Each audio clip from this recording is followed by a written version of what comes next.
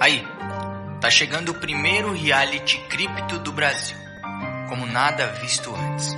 Acredite, esse desafio nunca foi lançado. E aqui, os fortes sobrevivem. Os fortes tornam os fracos resistentes. E esse será o jogo. Reality show como ninguém antes viu. Primeiro de cripto em todo o Brasil. E blockchainizar, esse é o objetivo. Um negócio nesse caso deve ser escolhido. Pode escolher um negócio ou então um serviço. É que cê nunca viu, eu juro, algo parecido. Pegar o empreendimento que tá parado no tempo e revolucionar o que ele tá vivendo. Transformar esse negócio e ver o que ele não tá vendo. Com a tecnologia pro que ele tá fazendo. Equipes separadas para identificar um negócio escolhido, vai ter que transformar. Melhor transformação será a que vai ganhar. O desafio tá lançado pra você executar. A Dash tá chegando e com revolução e mostrando pra geral, choque de geração. Dash Cash, o programa do milênio será distribuído, 10 mil reais em prêmio. Dash Cash, então vê se não esquece. O prêmio ainda inclui figura NDF. Agora tá fácil, é só começar. Escolher um negócio e ele transformar. Desafio tá lançado, eu quero ver se aceitar. Então fica preparado, em outubro vai começar.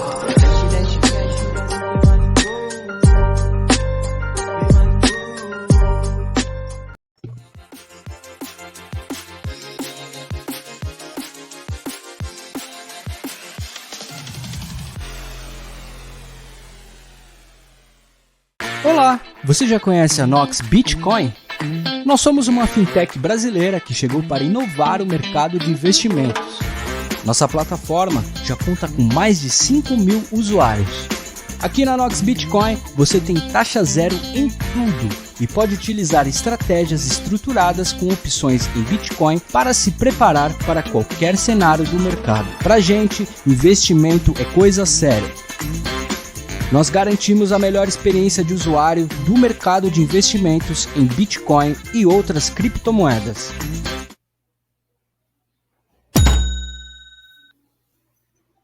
Olá, boa noite. Aqui ao canal. Só vou pedir para vocês montarem o microfone de vocês, senão não consigo ouvir nada. Voltando! Vamos lá. Começando aqui mais um debate descentralizado aqui no canal Rodrigues Digital, pessoal. No programa de hoje, a gente vai estar conversando sobre finanças descentralizadas e como os projetos de DeFi estão mudando a visão de como as pessoas possam usar o seu dinheiro, o seu capital como investimento, providenciar liquidez, gerenciar fundos e outras mais funções. E para a gente conversar hoje aqui sobre essa revolução financeira que está acontecendo, que é o DeFi, nós temos aqui presente o Neval, ele que é da Joy Network Cripto Consultoria. Temos também o Rui Braga, ele que é CEO da Zygar Finance. Temos também o Germano Salles, ele que é o CEO da Light DeFi. E também temos o de Souza, da Roman Finance. Esqueci de falar, o Neval também, ele é consultor da Fanatics Finance. Essa é a palavra que eu estava procurando lá. Vamos lá então, pessoal. Vamos bater um papo aqui rapidamente hoje para explicar para as pessoas o que é o DeFi e o quanto isso, na visão de vocês, está mudando como as pessoas se comportam. Depois a gente vai falar sobre as características específicas do DeFi. Vamos começar com o de Souza. Diga lá, de Souza. Fala, pessoal. Primeiramente, obrigado pelo convite. Boa tarde a todos.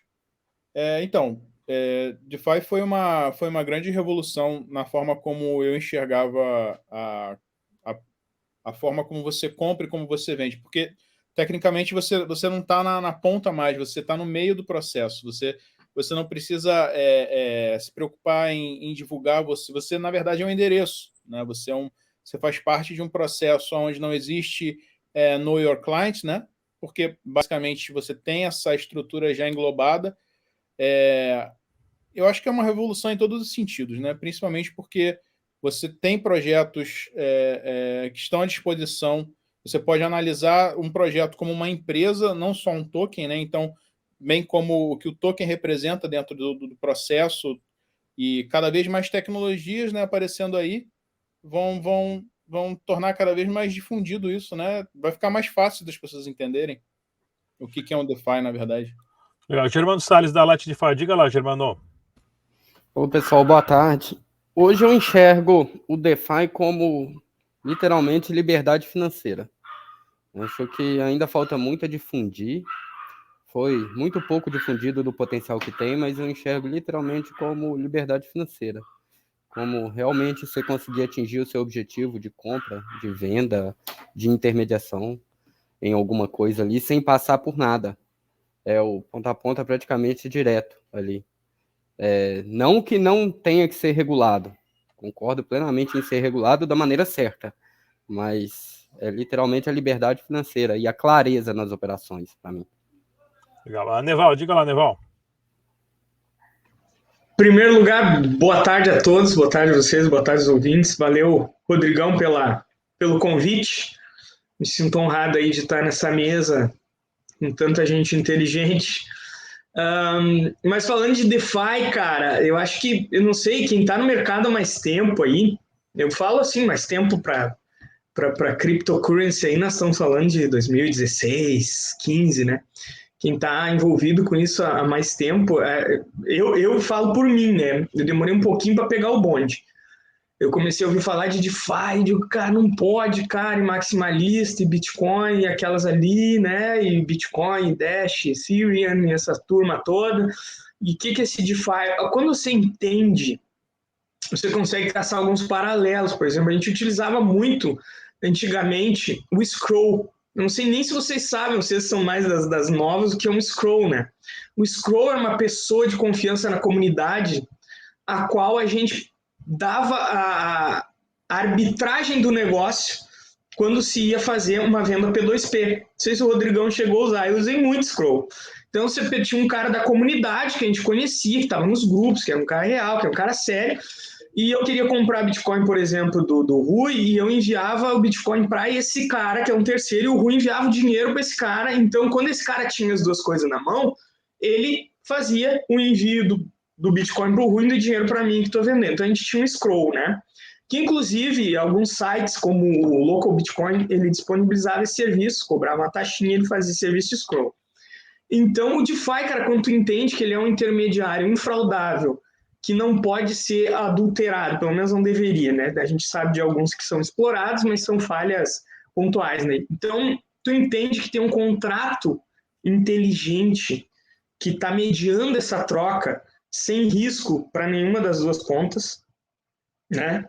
O risco de perda, de não receber essa grana quando você vai num pool, você faz isso, e onde as regras já estão claras, ditadas, escritas e publicadas dentro de uma blockchain. Então isso, cara, é disruptivo entender isso, porque isso, eu volto a dizer, estou me alongando aqui, mas volto a dizer sempre o que a gente comenta, né, nessas conversas, nesses bastidores, né?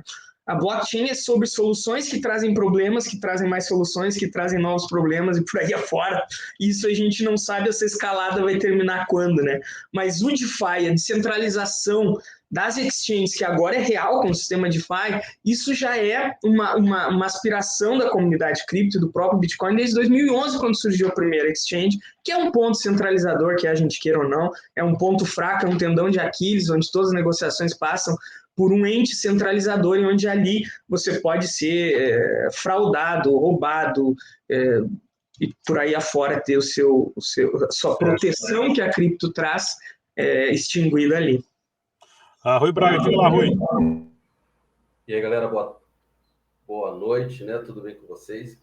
Pessoal, eu vou ser o mais simplista possível, né? Porque tem gente aqui que já está no mercado, está assistindo a live e conseguiu captar bem as informações dos nossos queridos amigos aí, bem técnicos e conhecedores do assunto. Mas eu lido muito com o público leigo, né? Lá na Zygar a gente pega muita gente nova do mercado, a gente tenta falar da maneira mais simples possível. O que eu gosto de usar como exemplo, né? O mercado tradicional, a gente tem lá os bancos, a poupança, o tesouro direto, bem como tem a possibilidade de você investir em ações, em rendas variáveis. O DeFi, a gente tem algo similar, porém sem o intermediário, né? Quem é o intermediário? A própria plataforma, a própria blockchain. E com rentabilidade no formato de poupança, que a gente tem vaults, temos farm, temos staking. Aí a gente teria que falar um pouquinho mais detalhadamente sobre cada um desses temas, mas basicamente é você possibilitar que as pessoas hoje que têm uma criptomoeda que já fazem uso desse tipo de investimento armazenado numa carteira de moeda digital, seja numa Trust, seja numa MetaMask, seja ela qualquer outra carteira. Somente com essa carteira você já consegue fazer suas negociações e fazer com que aquelas moedas que estão ali paradas já gerem algum tipo de rendimento seu. Aquele cara que é o holder, que antes não ganhava nada, hoje ele tem grandes possibilidades diante desse mercado e de forma extremamente segura. Então, é um banco descentralizado, porém com possibilidades maiores de rentabilizar. Na visão de vocês, é seguro colocar dinheiro nessas plataformas de DeFi? Vocês todos participam ou têm, ou são gerentes de projetos ou proprietários de uma plataforma de DeFi? Por isso que eu quis reunir esse time aqui de pessoas envolvidas nesse negócio.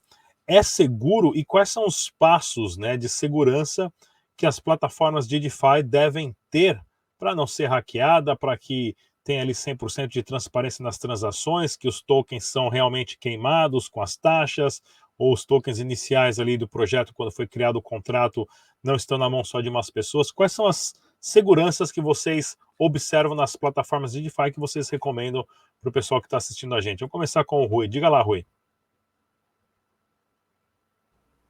Bom, Rodrigo, tecnicamente falando, dentro de segurança, eu estou falando na parte de desenvolvimento, eu não vou conseguir te responder nesse ponto, eu vou deixar para os meus colegas aí que trabalham dentro dessa área responder essa parte. Mas eu, como usuário, tá, estou entrando nesse mercado agora, o que eu sugeriria ele identificar de primeiro plano?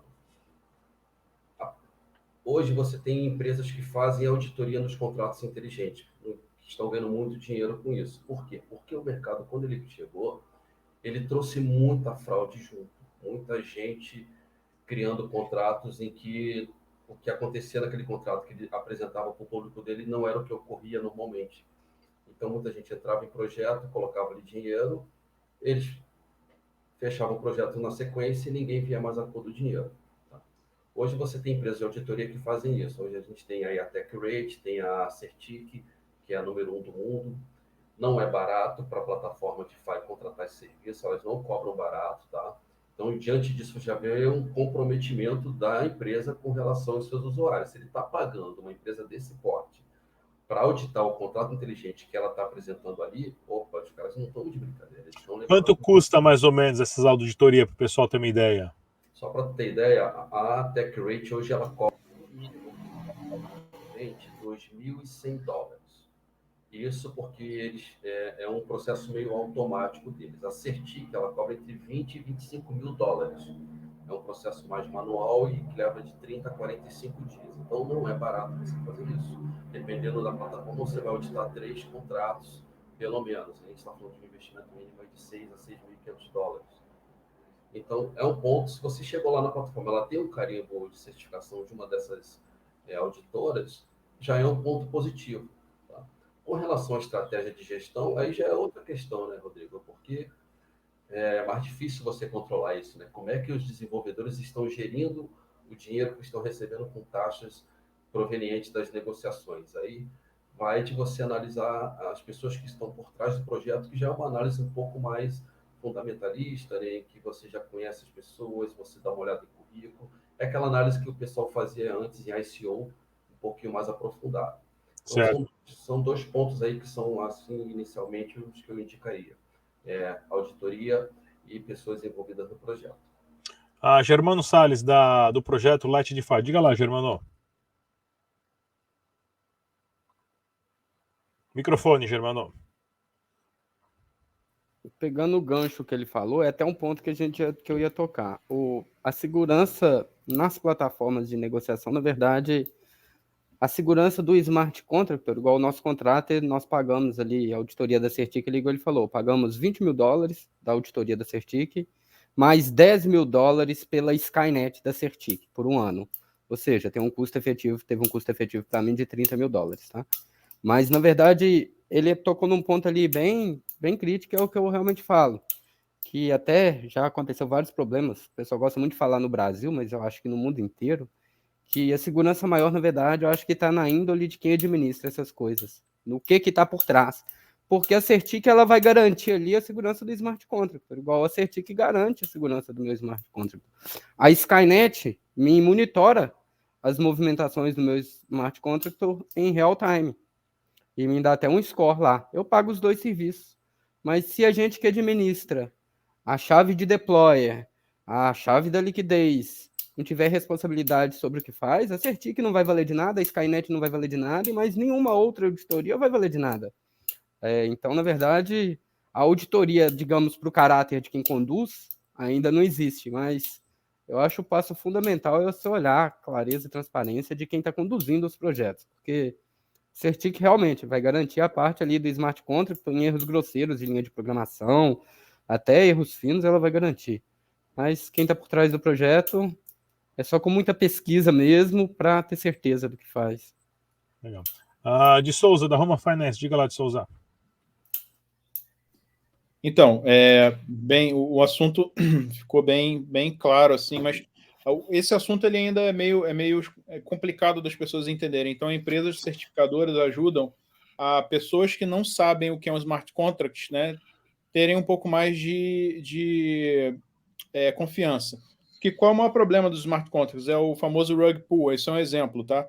Existe um código dentro do smart contract que permite que alguns protocolos recuperem ou tenham controle sobre as pools de liquidez dentro daquele contrato. Então, as certificadoras elas fazem exatamente a análise do código, do código-fonte do contrato.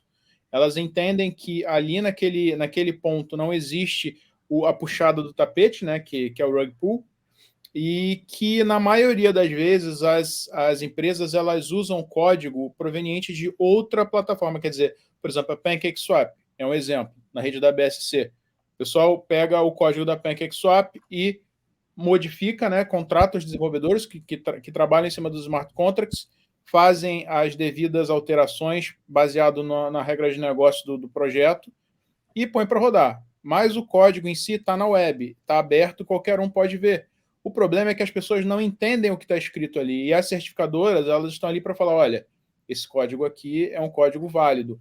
Mas existe muito scam na internet. Existem muitas pessoas que estão esperando a falta de conhecimento. Então, assim, quando você tem um selo em um projeto, até parabéns para vocês, porque isso é importantíssimo, é indispensável que o projeto tenha um selo desse, porque uma pessoa leiga não vai saber se de fato você pode colocar o seu dinheiro ali e você vai acordar no dia seguinte e não vai ter nada. Isso daí acontece direto. Inclusive, as próprias redes, tanto da Polygon, quanto da BSC, quanto da Ethereum, elas possuem uma lista das DeFis, né, que estão saindo ou que estão aparecendo. E, na maioria das vezes, você tem uma, até na rede da BSC, é interessante que eles mostram quais que já tiveram rug pull, quais que não tiveram rug pull. E isso é muito legal. Acho que fizeram rug pull, não tinham certificação, porque não iam perder tempo, que queriam fazer a coisa errada, né? Coisa que não é a correta. Mas assim, as pessoas que não têm conhecimento entendam que empresas que querem fazer a coisa certa investem para ter esse tipo de resultado. Então, as empresas aí de vocês estão de parabéns. Isso é indispensável na minha visão. Legal. Neval, diga lá, Neval. Então, cara, maravilhoso, pegando esse gancho, né, que já foi aqui exaustivamente trabalhado, acho que nem tem muito que acrescentar, né? Eu vou... Quais os passos que eu, por exemplo, utilizo para verificar algum DeFi de relevância para poder indicar ou até utilizar, né? O primeiro fato, eu procuro sempre pela certificação da Certic, tá? Eu excluo qualquer outra pelo ponto do Skynet. Então, você não vai estar 24 horas ligado, nem quem entende de smart contract não vai ficar 24 horas ligado. E a Skynet, ela faz ali, num período menor do que 10 minutos, o scanner de todos os contratos, né? E acaba disparando aí um alarme caso haja alguma mudança dentro desse smart contract que possa ser nocivo. Então, isso é bem legal. Eu já vou direto não tem Certic, vou aguardar chegar a Certic ali, quando ela crescer direitinho, ela vai botar a Certic e a gente vai atrás. Se não tiver, nem olho muito. E claro que eu sei que no meio disso tudo, como falou o Germano, acaba os bons pagando pelos maus, né? Muita gente de boa índole que pode ter projeto legal e que não tem essa arrancada para pagar, como falou o Rui aí, 25, 30 mil dólares para Certic, pelo menos a gente sabe que muita gente dessa vai entrar no mesmo bonde, né? O segundo ponto, eu sempre procuro nos docs ver se os endereços de desenvolvedores e se a carteira que recebe, principalmente essa moeda nativa, se essa carteira que recebe, o que ela está fazendo com esse token, se ela está vendendo, se ela está utilizando, se ela está acumulando, porque isso sempre é uma referência para você entender o que o cara está pensando, né? As finanças geralmente são a forma como você entende a crença do próprio dono dentro da sua empresa, né? Então, esses 2 passos eu tomo sempre, né? Tem que ter certificado, também salvo ali, e faço verificações. Quanto a investir em moeda nativa de alguma DeFi, você tem que ter muito cuidado realmente, é um tiro na lua, tá? É bem complicado você ter lucro, isso eu falo porque faço vários testes e geralmente paga 1.000, 2.000% na arrancada, mas ela desvaloriza um tanto que não compensa. Se você vai fazer a finaleira em dólares lá, geralmente tu tem um prejuízo. Então, fique atento com isso, pense muito e destine uma pequena parte do capital para investir em moedas nativas. Lembra que a moeda nativa é como que fosse o dinheiro circulando dentro de um país, ele é impresso, ela tem uma inflação, embora tenha muitos sistemas de controlar ainda, nenhum foi efetivo, né? A queima é que se torna o grande controlador dessa inflação dentro de uma DeFi, e nesse ponto você tem que ter volume, tem que ter negócio, tem que ser uma coisa já bem grande para você poder fazer esse sistema ser efetivo e trazer os recursos que ele disponibiliza mesmo. Então, esses pontos, ver se tem uma boa movimentação também, né? A moeda com pouca movimentação é fácil fazer um pump. Então, é bom sempre observar isso, né? E são os passos que eu geralmente tomo como credenciais para poder analisar um projeto e talvez indicar ou utilizar.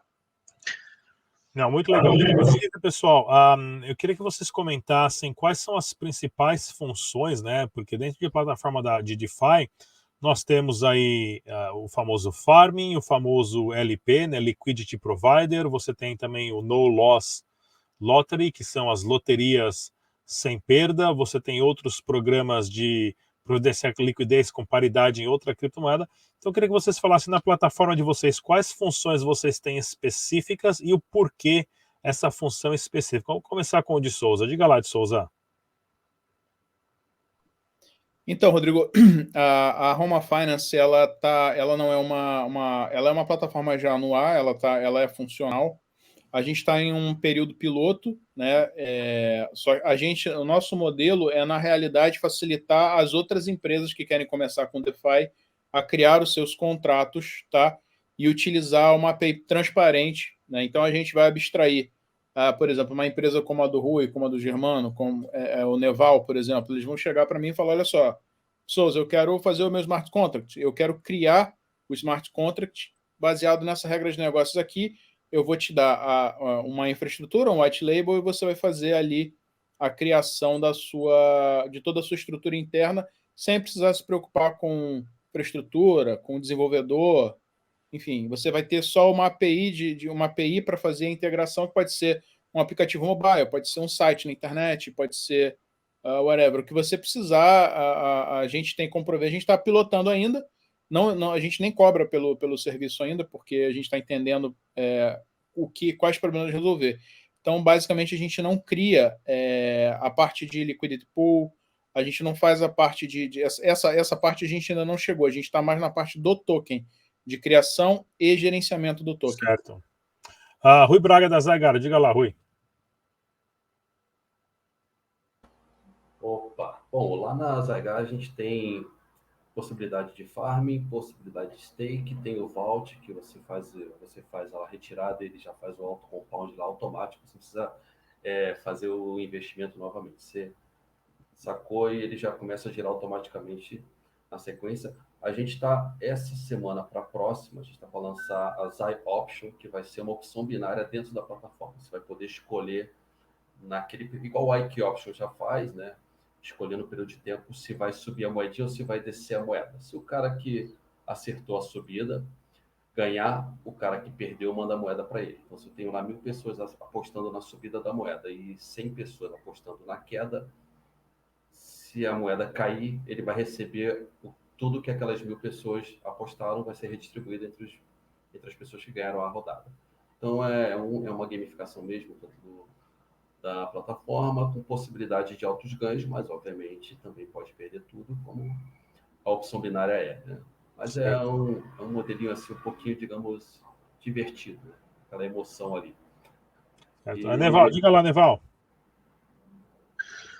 Então, cara, acho bom nesse ponto, uma das coisas que eu costumo sempre alertar é sobre o impermanent loss, que é algo que pega muito, principalmente as farms, né? Os pools não, porque você stake a moeda.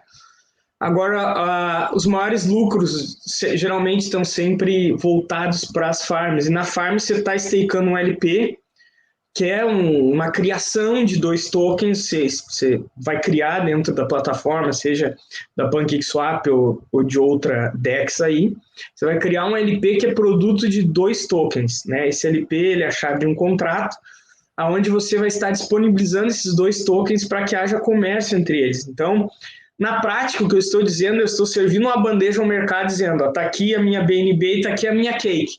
Qualquer pessoa que entra lá com cake pode tirar a minha BNB e qualquer pessoa que entra com BNB pode tirar a minha cake. Isso quer gerar liquidez para o mercado. Eu estou dizendo isso. Sempre vai entrar em dólares um valor, no momento, vai entrar um valor referente ao outro que está saindo. Só que há um problema. Quando uma dessas moedas cai muito, o que ocorre é que a troca pela outra praticamente drena a liquidez do teu pool e você vai ficar com mais quantidade, geralmente, da moeda que está desvalorizada. Ou seja, você tem uma perda, muito embora você tenha ali, no momento da troca, você tenha as 2 moedas que você efetivou, vai ter um valor maior ou menor de cada uma delas, conforme o mercado, mas você vai ter uma perda aí que vai ser inerente a isso. Então, também acontece de que quando uma das moedas ou as 2 sobem, você também acaba tendo um lucro, mas geralmente, como se trata as farms, os maiores lucros estão atrelados à moeda nativa, esse impermanent loss, cara, pega muita gente de calças na mão. Então o cara acha que, eu botei $20 mil, vai ter sempre $20 mil, porque se a outra moeda baixar, o pool vai equilibrar. Não é verdade. O que vai acontecer é que essa troca vai sendo feita momento a momento e nenhuma moeda despenca de 1 para 0 num momento imediato, então essa troca vai ocorrendo e no final você pode ficar com uma quantidade maior da moeda que desvalorizou e ter uma perda de capital aí significante que, na maioria das vezes, nem compensa o lucro que você ganhou na outra ponta. Então, pensa bem, lê sobre isso, né? Não sei se eu consigo explicar bem, mas o impermanent loss não é algo fácil de explicar, mas você tem que entender que é isso. Sempre que você faz uma farm, stake com LP, você está oferecendo para o mercado, numa bandeja, os seus 2 tokens e o mercado vai utilizar da forma que ele bem entender esses 2 tokens. Pode tirar o token valorizado e te deixar um token que está desvalorizando e você ter uma perda impermanente, né? Muito bom.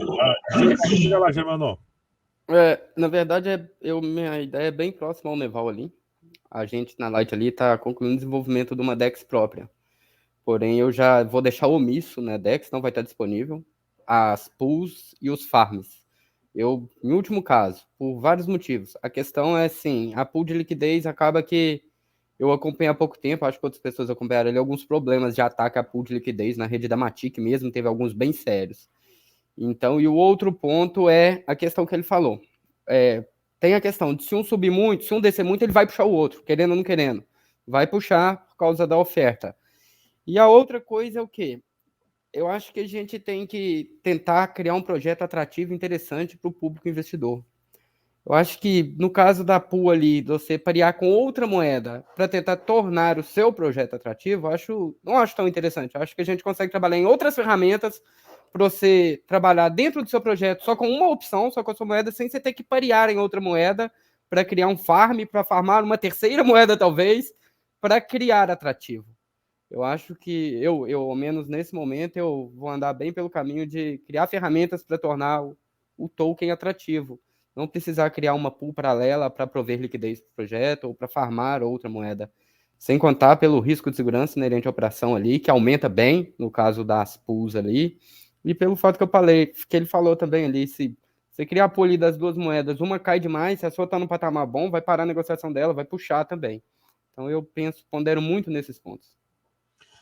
Não, excelente, pessoal. Bem, a gente tem que entender que nessa parte, no ramo das finanças descentralizadas, tem muita coisa nova acontecendo. Na minha opinião, também um exemplo dessas loterias que você não tem perda, porque todas as apostas vão para uma pool de liquidez, é convertido em taxas, que é pago em uma ordem, em uma fila. Ou seja, cada plataforma dessa, cada desenvolvedor tem acesso a tudo isso em código aberto, e cada um pega e faz uma melhoria, uma mudança de ideia, uma forma de mudar a estrutura de conversão de um valor de um lado para outro.